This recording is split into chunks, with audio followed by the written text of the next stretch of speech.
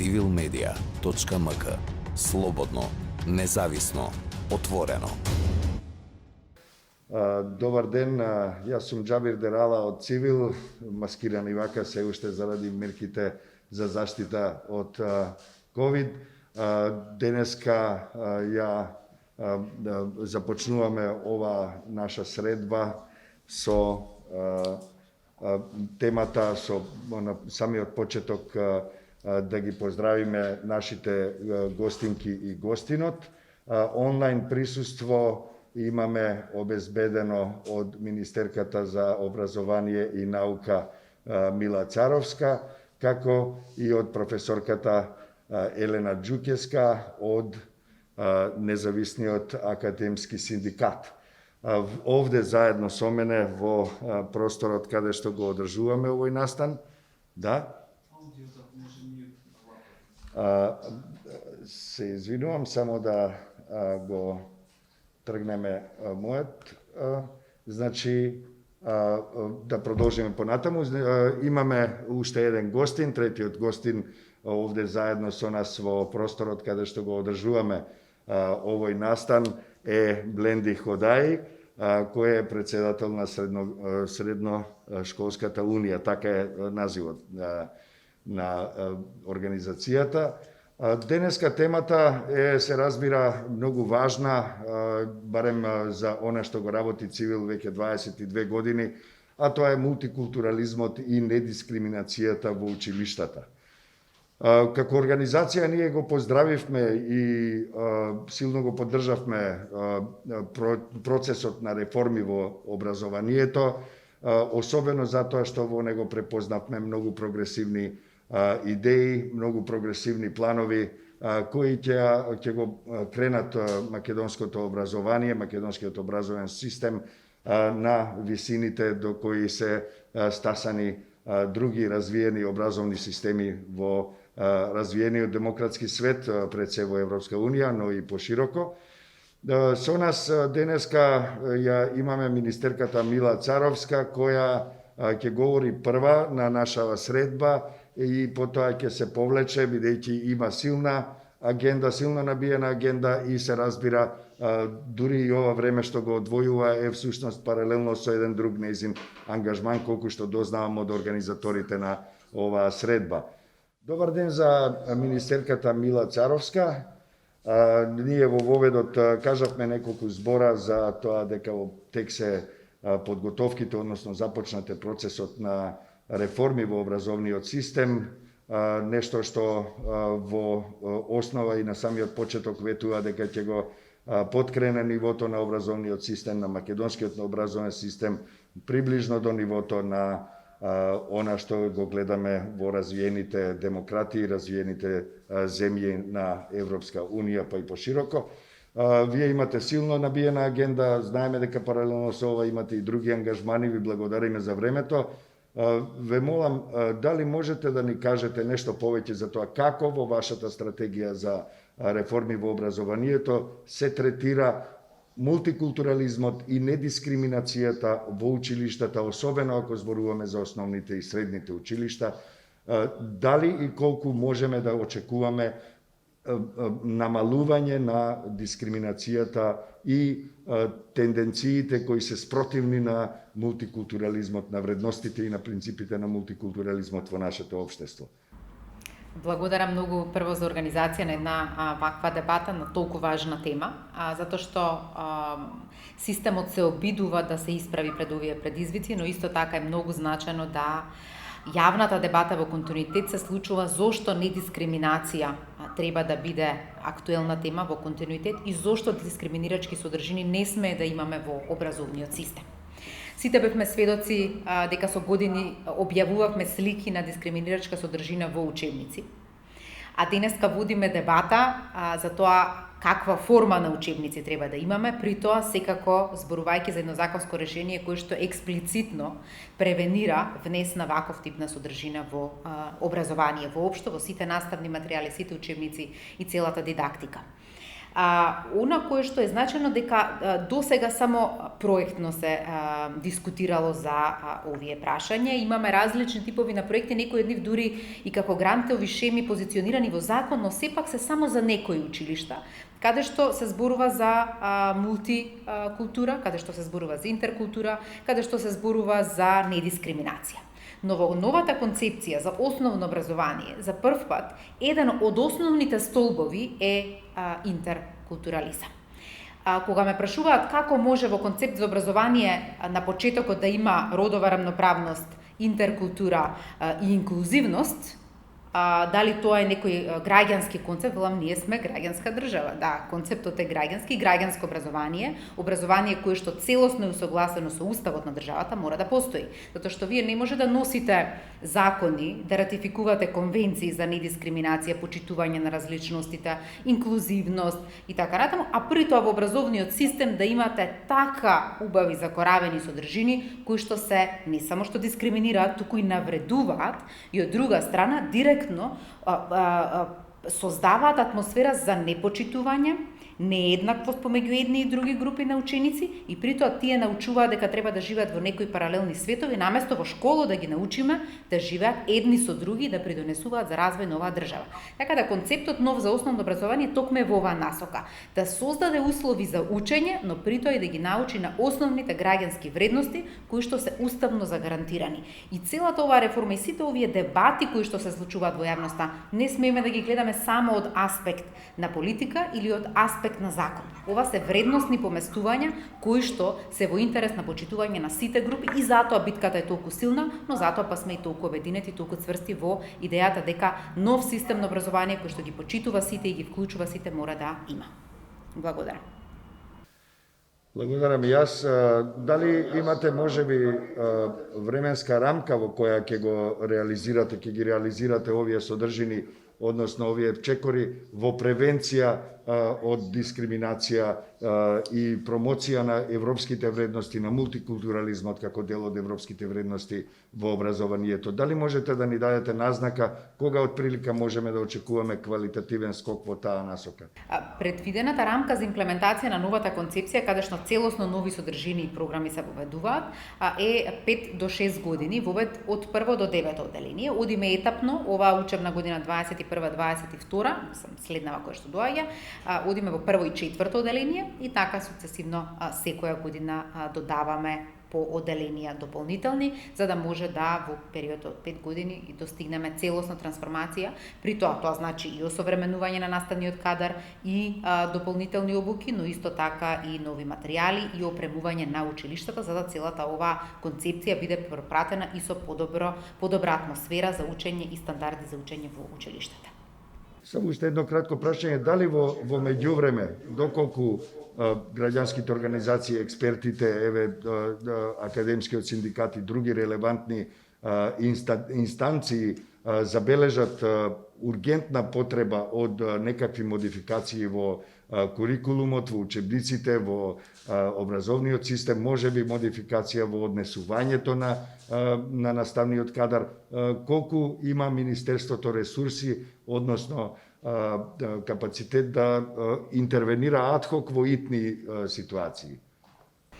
Тоа и досега го покажавме, но тоа повеќе се сведува на политичка волја да нешто се промени, затоа што веќе два учебника кои што имаат навредлива содржина, едниот во однос на жените, другиот во однос на една етничка група, албанците, во нашата држава ние ги повлековме. И тоа е покажување на волја нешто да се смени, но системското решение е во законот за учебници, каде што за прв пат се поставува и филтер за проверка на тоа што е напишано внатре, низ очила на недискриминација, човекови права и интеркултура, и мислам дека тоа е она решение кое што ни е потребно, ама веднаш по поминувањето на тој закон сите наредни содржини веќе нема да може да има таква содржина или ќе има дополнителен преглед низ очила на недискриминација, а се што ќе се забележи, ние и сега покажуваме дека ги повлекуваме тие учебници, дека се прават дидактички прирачници, се спуштаат во училиштата и се учи по нив, при тоа за да тие учебници може да не бидат веќе во употреба, иако е значено многу да се работи на обука на наставниот кадар, кој што некогаш и да го тргнете учебникот, тој сепак продолжува со употреба не на самиот учебник, затоа што е тоа забрането, но сепак истите тези се обидува да ги протне низ своите предавања. Така да мислам дека имаме еден долг период на рехабилитација и модернизација на нашето образование, а со тоа и на создавање на ненасилно интеркултурно општество. Дали имате време уште малку да останете со нас или можеби сте зафатени со паралелната активност? Имам паралелен состанок, ама ќе бидам и тука и таму, е значено да слушнам што ќе зборувате. Добро, баш ми е драго. Тогаш да видиме професорката Ели Џукевска од НАКС, независниот академски синдикат.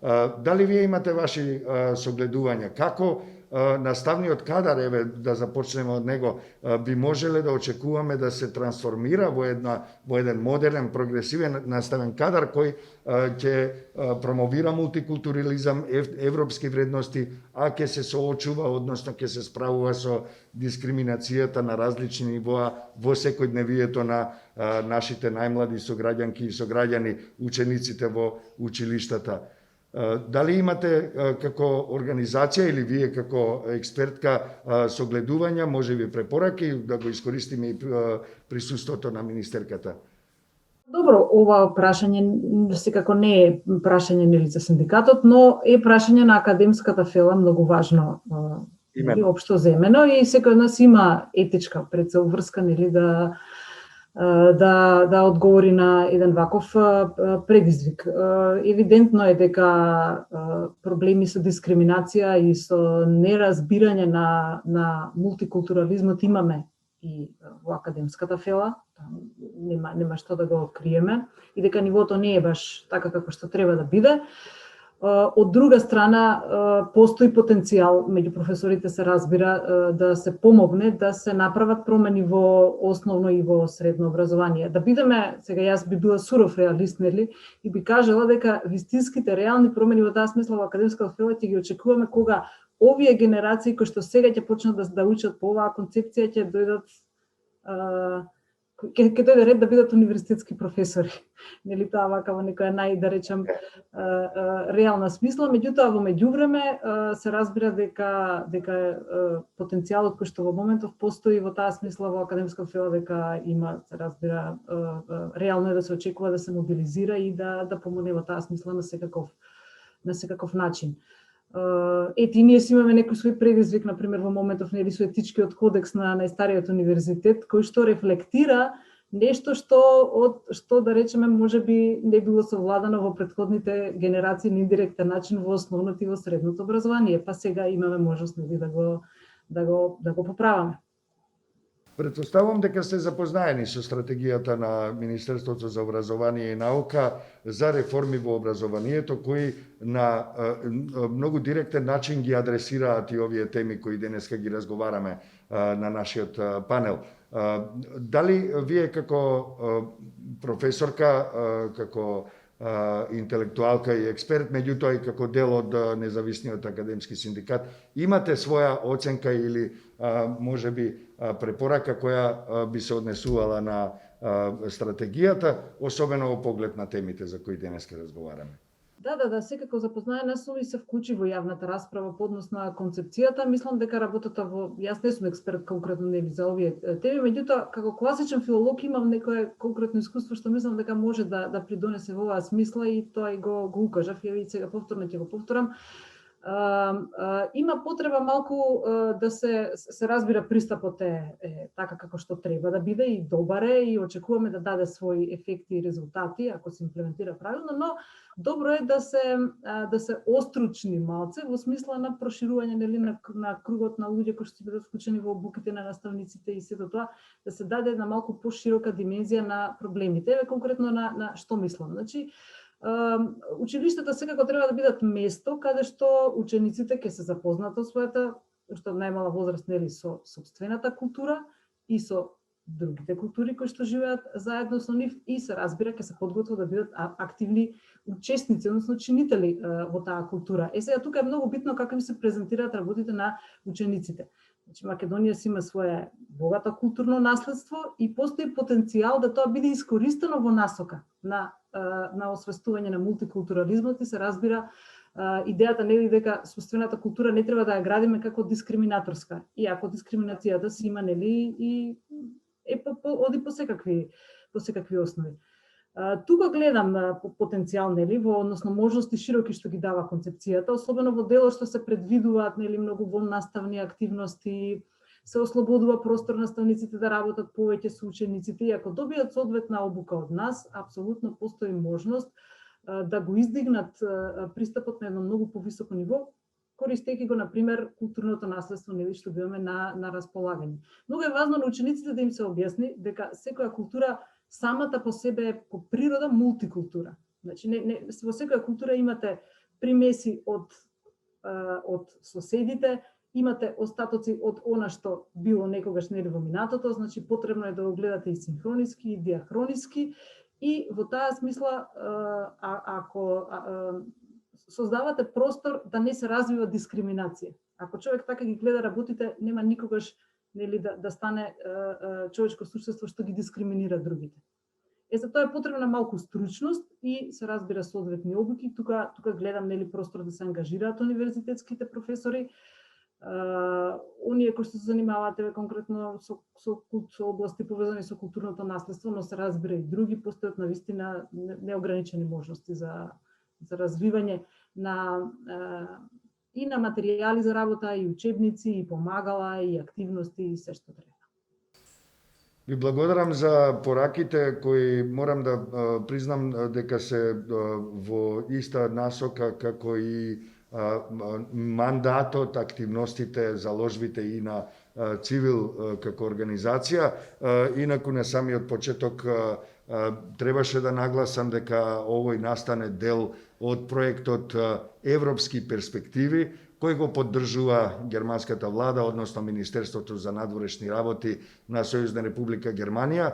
Во 7 компоненти на овој проект спаѓа и компонентата во која Цивил како организација ќе се заложи за добри, брзи, квалитетни, се разбира брзи колку што може да бидат брзи, реформи, односно да ги поддржи тие процеси и се разбира во оној домен во кој е најрелевантен како организација, тоа е недискриминацијата и промоцијата на мултикултурализмот како дел од европските вредности. Дозволете ми сега да се обратам кон третиот наш соговорник, кој го ставаме како трет не затоа што е најневажен, туку баш затоа што е најважен. Иако редоследот не секогаш може тоа да го каже. Бленди Ходаи го видовме многу пати на телевизија, во онлайн сферата исто така, со своите изјави во врска со реформите во образованието и се разбира на други теми кои се однесуваат на вашиот живот во школските клупи. Бленди, ако смеам да се обратам со прво име, како ви поминува вам училишниот ден? Имате ли, се судирате ли со дискриминација во текот на денот, низ содржините или пак низ односот на наставниот кадар во текот на школувањето? Што кажуваат и другиве соученички и соученици во организацијата во која си ти лидер? Како сакаш? Далеку сме доволно. Фала многу. Сега, ние во Сојузот на средношколци кога збориме за ова, да кажеме, огромна разлика во социјалната инклузија што го имаме во нашето општество, секогаш имаме заклучиме две многу важни феномени што се случуваат кога ние се соочуваме, да кажеме, некој ден со дискриминација помеѓу младите во нашата држава. Првиот феномен, корените на проблемот е прво семејството. Ние често пати знаеме дека во нашите семејство се користи говорна омраза за одредени заедници во во нашата држава и така се градат млади што можеби ќе имат нема да го почитуваат мултикултурноста како вредност. Тоа е еден од проблемите што се соочуваме ние во Македонија, што не го гледаме социјалната инклузија, диверзитетот како вредност, туку го гледаме како закана, за жал. Второ, што е многу важно е тоа што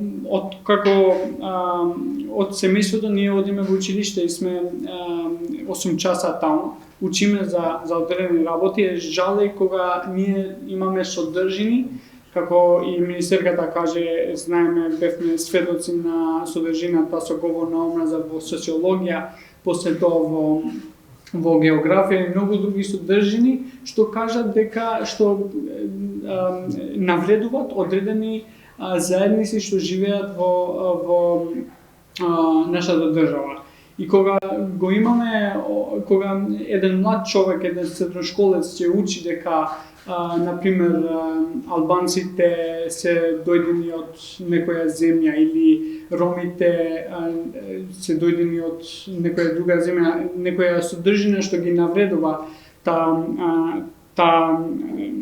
заедница, ќе имаме едно општество што нема да ги почитува ниту мултикултурноста, ниту и инклузијата што ги имаме во нашата држава. Сега, за жал, последните години гледаме дека Министерството за образование и наука исто така со и општините извршуваат едно правило што ние го викаме едно училиште од 2 згради, каде го користат да ги поделат помногу пати да ги поделат македонските ученици и албанците, за да нема некој конфликт. Еден пример за тоа е, например, во Струга, помеѓу двете средните училишта има еден зид што ги подели албанците и македонците за да нема некој конфликт. Сега го гледаме во За да нема конфликт или за да нема контакт? За да нема конфликт прво, пошто во минатото имаше некои одредени конфликти. Сега го гледаме во спектрумот на визија, тоа за некој што беше во таа време министер за образование или во општината, можеби беше решение во short term. Значи може нема да има конфликти, но во long term немаат контакт и после тоа кога немаат контакт имаш предрасуди кон едни и други. Имаш предрасуди кон една заедница што немаш контакт. Например, јас од 1991 до сега сум првиот претседател на Сојузот на средношколци што прибаѓам што сум албанец, не македонец, и сум слушал од многу млади лица, мои врсници, што велат дека окей, со бленди другите сакаат да го земат нашата држава. Ова кажа дека има предрасуди, затоа што не сме познаени со едни и други. А што ни е многу важно е, ни требаат училишта кои обединуваат, нас ни треба училишта во кои ќе бидеме заедно. Ни треба да имаме да бидеме помалку поделени, а повеќе обединети во различностите што ги имаме. А многу клуч фактор како може ова да се постигне е дефинитивно повеќе јазичноста. Затоа што кога мултикултурноста во нашата држава се огледа најмногу во делот на повеќе јазичноста, и нашето најголемо богатство од памти век е повеќе јазичноста и тоа е нашата предност, мултикултурна предност. И зошто кажам клучен фактор, затоа што министерката би дала многу убав пример ако на младите и на децата, ако се обратил на другите заедници и во неколку збори и на другите јазици, затоа што јас, например, го знам дека тоа е богатство за мене, да знам и мојот мајчин јазик албанскиот и доминантниот македонски јазик, И важно е од образованието сите да се чувствуваме богати. Нели тоа е целта на образованието, да образуваме генерации кои ќе се чувствуваат богати заради нашата убава шарезноликост.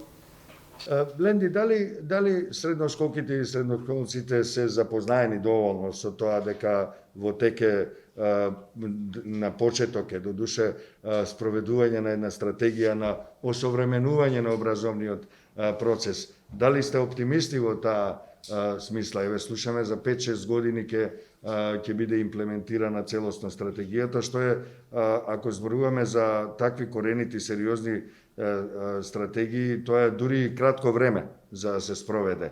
Дали сте вие оптимисти, дали ќе поддржите таква една стратегија и се разбира да соработувате со Министерството за да се подобри состојбата, особено за темите кои нас овде не интересираат во Цибил, мултикултуралноста, европските вредности и недискриминацијата? Значи, прво, многу е добро и го поздравуваме иницијативата на Министерството за образование и наука, што има една конкретна стратегија за како треба да се развива образованието во нашата земја, поради тоа што другите години ние кажеме во Сојузот дека Министерството за образование и наука имаше лорем ипсум стратегија. Лорем ипсум се користи за дизајнерите што го земат некои темплети, треба да дизајнираат, така што добро е што сега имаме некоја стратегија што ќе ја развива образовниот систем во нашата држава, затоа што е многу клучен фактор за да имаме и економски раст, затоа што не може да се предомислиш за успешно образование ако не предомислиш за успешна економија и обратно. Ние се трудиме во Сојузот на средношколци да имаме повеќе од што можеме фокус групи за да дискутираме со учениците стратегијата и што можеме ние како Сојуз на средношколци да придонесуваме кон стратегијата и кон образовните реформи што треба да се случуваат овие години, но тоа што цениме како Сојуз на средношколци е токму пристапот на Министерството за образование и наука, што мислиме дека сметаме дека треба да се смени, поради тоа што треба да вклучи повеќе чинители, образовни чинители во процесот на развивање на образовни политики. Сегогаш кога и вие знаете кога планирате некој проект и министерката знае затоа што доаѓа од невладиниот сектор, кога планираш некој проект или некоја иницијатива, сегогаш треба да се консултираш со тие што се засегнати страни. Да гледаш каков мислење имаат за одредени работи, што сакаш да ги тераш напред, а после тоа политиките да бидат насочени кон тие барања што ги имаат засегнати страни. Ова никогаш не може да се скокне, заради тоа што ќе има реакции од јавноста и од различни групи што имаме сега за новиот закон за учебници. Тоа е прво, и второ што е многу важно за нас како Сојуз на средношколци е да има политичка волја во однос на реформите. Зошто ние кажеме политичка волја? Поради тоа што ако го земете во пример европските земји, кога зборуваат и дискутираат за образовни реформи или за младинскиот стандард, секогаш тие имаат консенсус за овие работи, затоа што ние во некој начин играме танц.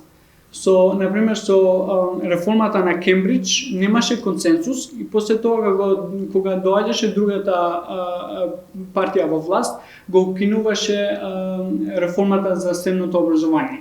Значи ние правиме 2 чекори напред со една реформа и после тоа 10 чекори назад. Заради тоа што немаме консенсус и после 4 години кога ќе се сменат власт, ќе се промени. Значи образовниот систем во претходниот период со предходната влада, предходната влада беше добар, значи не требаше ова е стратегија што иде 10 чекори назад, да утврдиме се, да не разбрав погрешно. Значи ова што го кажеме дека кога ќе се превземат реформи, треба сите да се согласуваат и да работат кон таа реформа и да има консензус, заради тоа што ние во политика, за жал, во политичката скена ние сме водени со инаети. Ние правиме работи за инаети и сега, например, ако Министерството за образование и наука и Министерката Саровска ќе воведе една добра реформа, што треба нормално, образовните реформи траат 5 до 10 години, не можеш денеска за утре да гледаш резултати. Ако ќе воведат некоја добра образовна реформа и после 3 години ќе се смене власт, поради инаети што ги имат политичките партии, ќе ја укинат добрата образовна реформа и ние ќе одиме пак 10 чекори. Дали вие како средношколци ќе дозволите да се врати назад 10 чекори состојбата во образовната? За жал, последните минатите години немаше, учениците не беа унифицирани. Тие беа многу поделени од тоа што го дискутираме, тие беа поделени врз основа на етничка припадност. Имавме унија на албанците, на македонците, на турците, а ден денеска сите сме заедно. И мислам дека немаме да дозволиме да се игра со образованието, затоа што тоа е иднина. И ние ќе правиме све што можеме, тоа што го имаме покажано и во минатите месеци, дека кога бараме нешто, одиме до крај и го постигнаме истото. Средношколците инаку покажаа многу храброст и многу силна, прогресивна енергија и во текот на протестите, граѓанските протести за уривање на режимот, и тие се разбира дека дадоа многу голем придонес во ослободување од авторитарниот режим. Се разбира, стои прашањето кое би можело да, ако ме слуша министерката, да се обидеме да одговориме на едно многу важно прашање, освен нели временската рамка која е апсолутно важна и се надеваме дека ќе успеете за тоа време да ги спроведете тие реформи. Меѓутоа, одржливоста, еве и нашиот соговорник Бленди Ходаи зборува за тоа дека можно е, еве утре ако дојде некоја друга структура на власт, што ќе се случи ако со оваа реформа во образовниот систем. Дали имаме одржливост на ваквите стратегии? Инаку, веднаш да кажам, слично прашање му поставив и на националниот координатор за едно општество за сите, Ала Ѓозовски, минатата година. Меѓутоа, стои ова прашање буквално во сите тие прогресивни текови кои ги промовира одредена структура. Можно е да немаат долг век ако се случи да се смени гарнитурата на власт или некој силен настан или процес го поремети тоа. Каква е вашиот план да обезбедите одржливост на оваа стратегија? Навистина многу би сакале да имаме конструктивна опозиција, но гледате дека нашата опозиција е прилично прво нефокусирана на значајни државнички прашања. Од друга страна е во една негаторска фаза, веројатно ќе морат во некое време да излезат, затоа што едно е да вие викате само не, друго да имате конструктивен диалог. Првенствено, јас мора да истакам дека и во мојот кабинет имам од различни политички партии, заради тоа што сметам дека тие се луѓето и тие сме луѓето што живееме во оваа држава и едноставно во еден момент мора да работиме заедно ако сакаме сето ова да пркне напред. Но тоа што вознемирува е тоа што еве го гледам и Бленди, користат формулации кои што се кованици на луѓе кои што исто се во негаторска фаза. За да можете оваа реформа да ја споредите со Кембридж, треба ништо да не знаете за тоа што се случувало во времето на Кембридж. А и да не сте живееле, веројатно, под режим.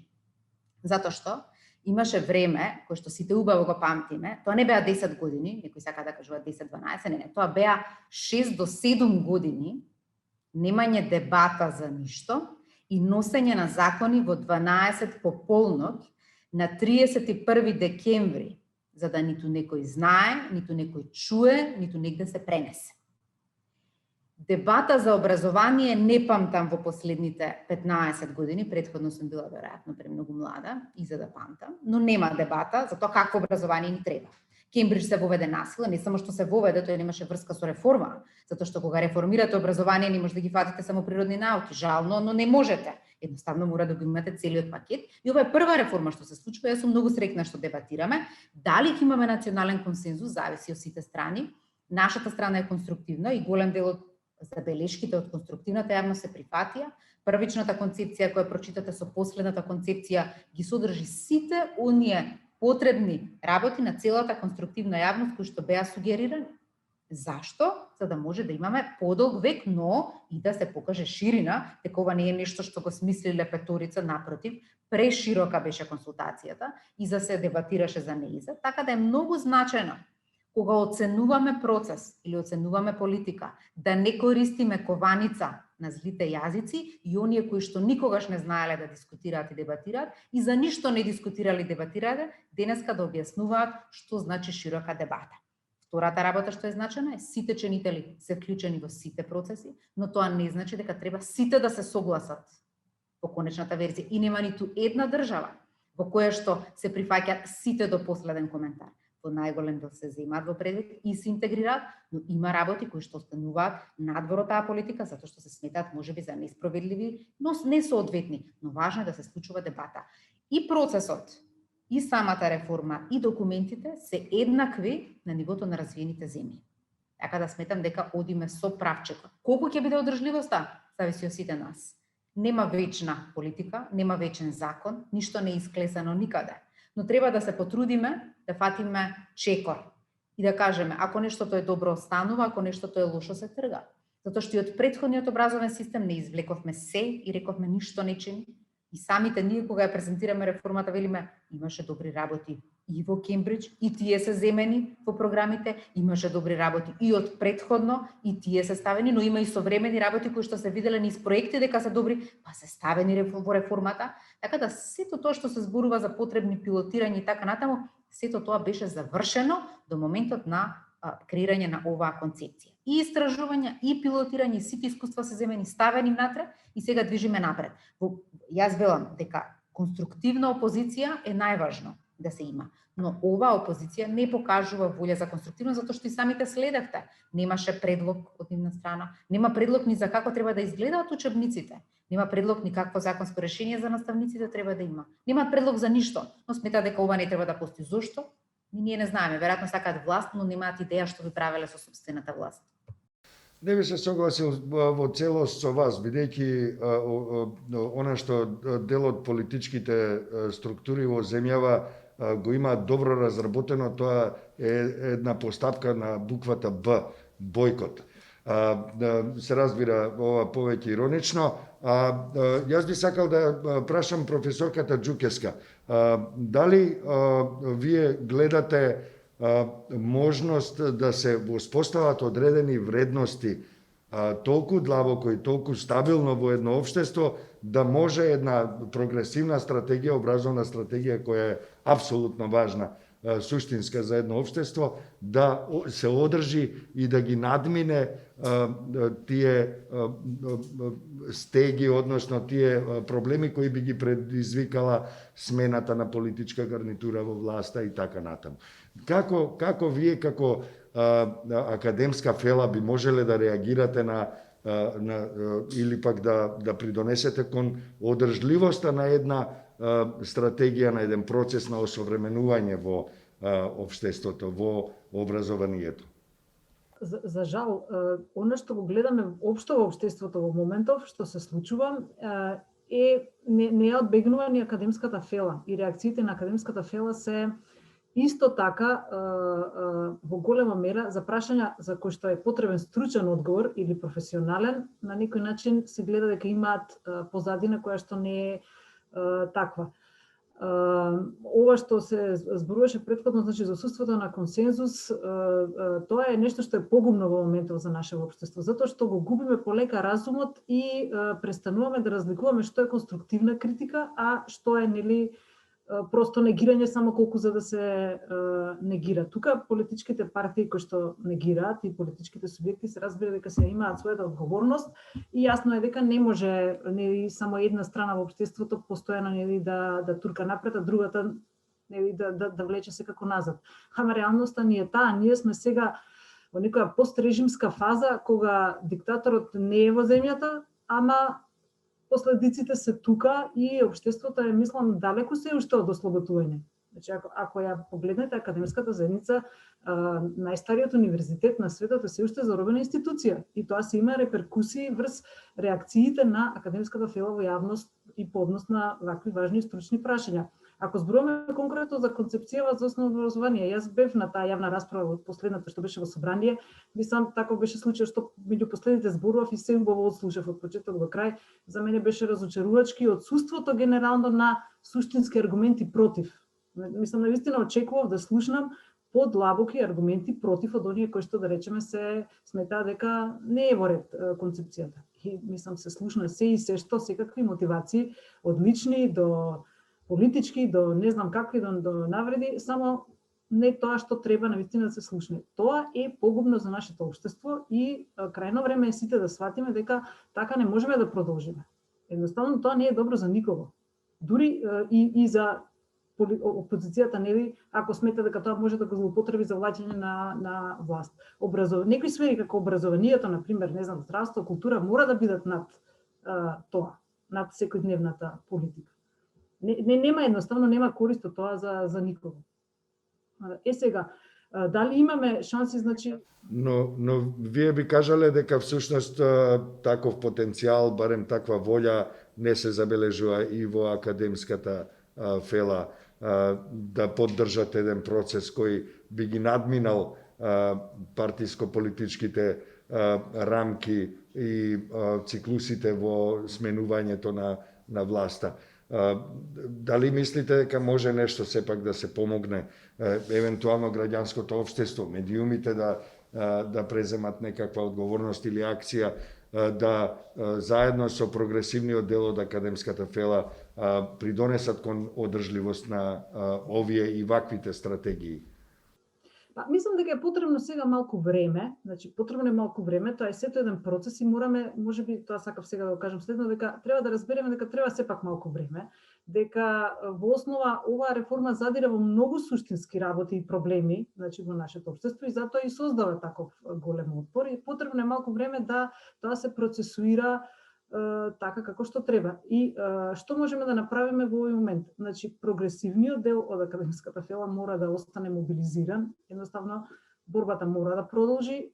Нема друг начин како да дојдеме до тој, да го предизвикаме тој консензус, нели, во општеството. Едноставно мора да продолжиме понатаму и да истраиме. Да, може да помогнат медиумите, може да помогнат граѓанските организации, разни фактори во општеството се разбира можат да помогнат и фактички на некој начин се види дека ова сега ќе предизвика и процеси на универзитетско ниво. Бидејќи гледате, голем дел од ова како што слушам, нели, како што зборуваше и претседателот на Сдруженијето, нели, на средношколците, имаат одговорност тука академските професори за многу работи не направени, нели, во минатото и се разбира сега треба и ние да се соочиме, нели, со тоа и треба малку време едноставно за тоа.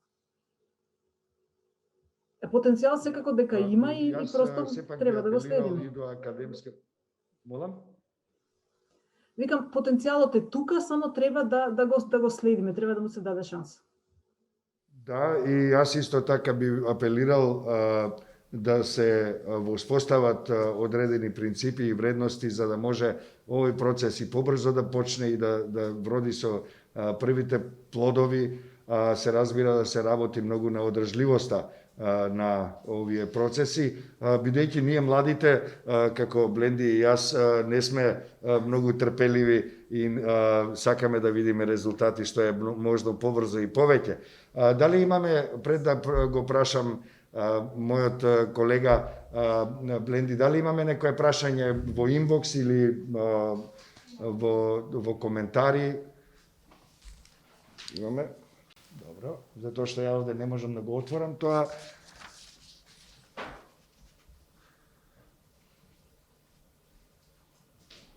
Ова е многу интересно прашање. Мислам дека може многу да придонесе кон тоа да ја разбереме ситуацијата во училиштата, во училницата или во школскиот двор. Особено морам да кажам дека ми оставија две работи силен печаток од претходното излагање, а тоа е она со зидот во Струга. Втората работа за родителите. Изгледа ќе треба и нив да ги вратиме во училиште, да научат нешто, особено вака во реформираното образование.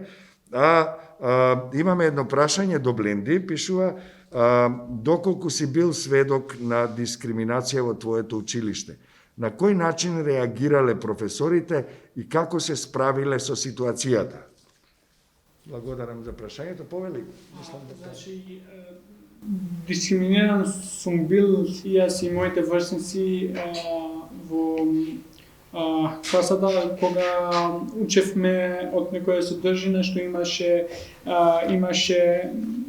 ги навредуваше одредени заедници во нашето општество.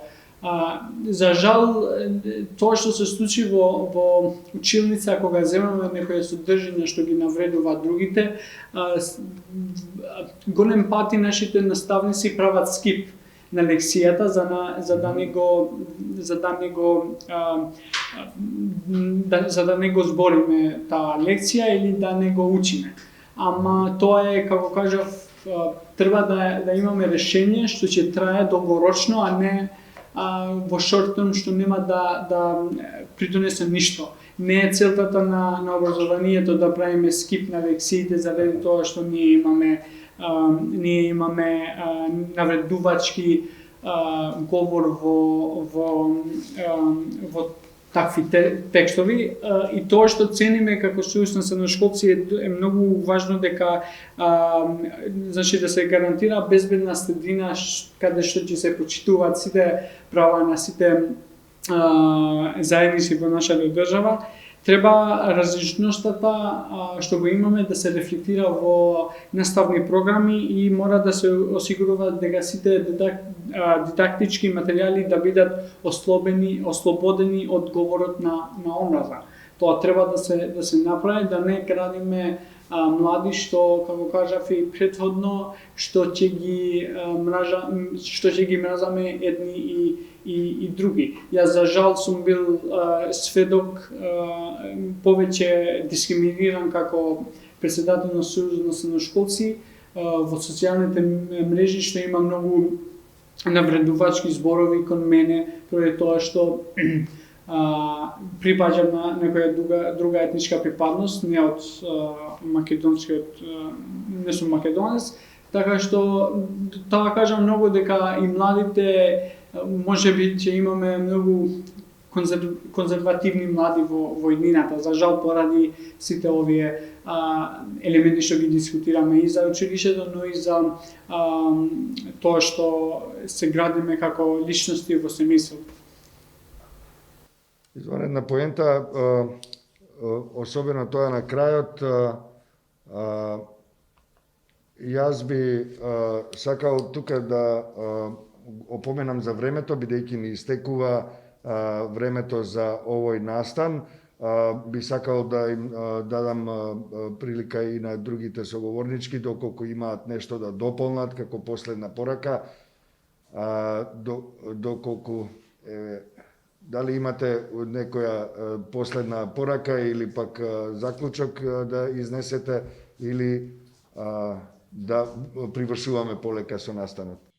Само последно дека ваков тип на дебати треба да се случуваат и дека треба сите да научиме да конструктивно коментираме политики кои што директно не засекаат нас, малку да подлегнуваме на невистини или воопшто да не подлегнуваме на невистини и да секогаш се обидеме да нашето знаење го покажеме во коментар, а не нашата политичка партија да се чита од вселена во моментот кога коментираме нешто, затоа што едноставно само стручна дебата и конструктивна дебата може да не донесе кон подобро општество. Се останато е само политиканство. Ви благодарам, професор Џукевска. Би апелирала само уште еднаш на крај дека како општество мораме да се избориме да имаме образование во кое што учениците ќе учат како нивната сопствена култура да биде недискриминаторска. И само тоа може да не одведе напред. Благодарам и за таа порака. Јас морам да изразам жалење што има уште две прашања кои пристигнаа во меѓувреме во инбоксот за велат до министерката Царовска, меѓутоа јас би сакал доколку е можно тоа да го оставиме за некоја наредна прилика, бидејќи терминот е навистина предвиден да биде од прилика 1 час или максимум 1 час. И затоа ќе ги испратиме во име на граѓанките и граѓаните и тие две прашања до кабинетот на министерката Царовска и сигурно дека ќе добиеме и ќе го објавиме тој одговор во најскоро можно време. Јас ми останува уште да им заблагодарам на нашите гостинки и на нашиот гостин за учеството во панел дискусијата недискриминација и мултикултурализам во училиштата, што е дел од проектот Европски перспективи кој го спроведува Цивил во 2021 година со поддршка, со финансиска поддршка од Министерството за надворешни работи на Сојузна Република Германија. Ви благодарам и вам што бевте со нас во изминатиот отприлика 1 час. Остануваме во контакт, ве молиме продолжете со испраќање на вашите прашања, коментари и сугестии за тоа што понатаму и во оваа област, во оваа тема, односно во овие теми. Имаме уште 2 настани поврзани со образовните реформи, но за тоа во следната прилика на civilmedia.mk, односно на целата медиумска платформа на организацијата која денеска беше ваш домаќин. Ви благодарам уште еднаш, се најдобро. civilmedia.mk. Слободно, независно, отворено.